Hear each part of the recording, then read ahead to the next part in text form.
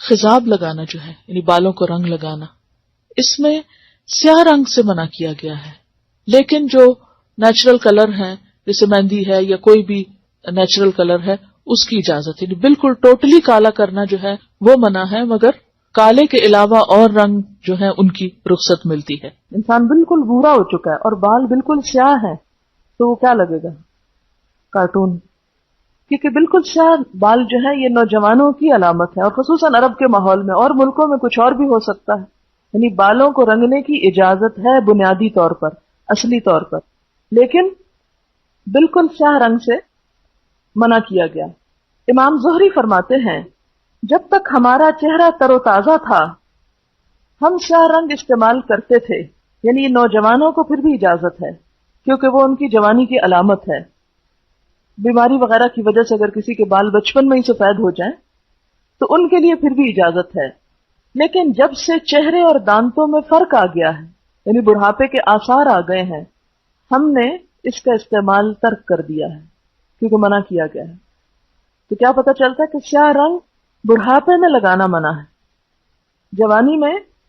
اگر کسی بیماری کی وجہ سے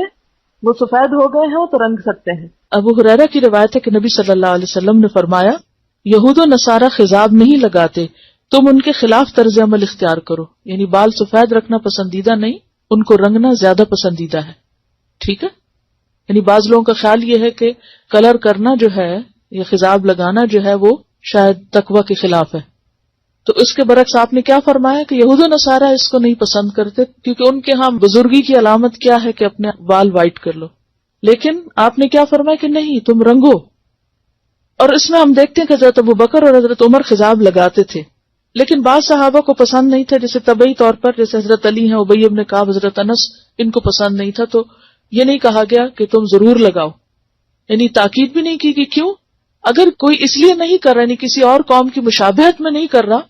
اپنی ذاتی دلچسپی کی بنا پر اس کو نہیں شوق لگانے کا، تو اس کے لیے رعایت ہے، ایسا بھی نہیں کہ وہ ضرور ہی لگائے، لیکن لگانا جو ہے اس میں ممانعت نہیں۔ ہاں اب کیا لگایا جائے اور کیا نہ لگایا جائے اس کے اوپر توجہ کرنے کی ضرورت ہے، اور اس میں خاص طور پر جو صحیح مسلم میں روایت آتی ہے کہ بالوں کا رنگ بدل دو لیکن سیاہ خضاب سے پرہیز کرو، بالکل بلیک نہیں لگاؤ۔ بالکل بلیک سے کیوں منع کیا گیا؟ کیونکہ یہ بھی ایک طرح سے دھوکہ دینے والی بات ہو جاتی ہے۔ آپ نے فرمایا بہترین چیز جس سے تم سفید بالوں کا رنگ بدل سکتے ہو وہ حنا اور کتم ہے۔ کتم جو ہے یہ یمن کی ایک بوٹی ہوتی ہے جس کا ریڈش بلیک کلر ہوتا ہے، سیاہ مائل بسرخ ہوتا ہے، اور حنا کا رنگ تو سب کو معلوم ہے، اور حضرت عمر خالص حنا لگاتے تھے، حضرت ابو بکر حنا اور کتم ملا کے لگاتے تھے۔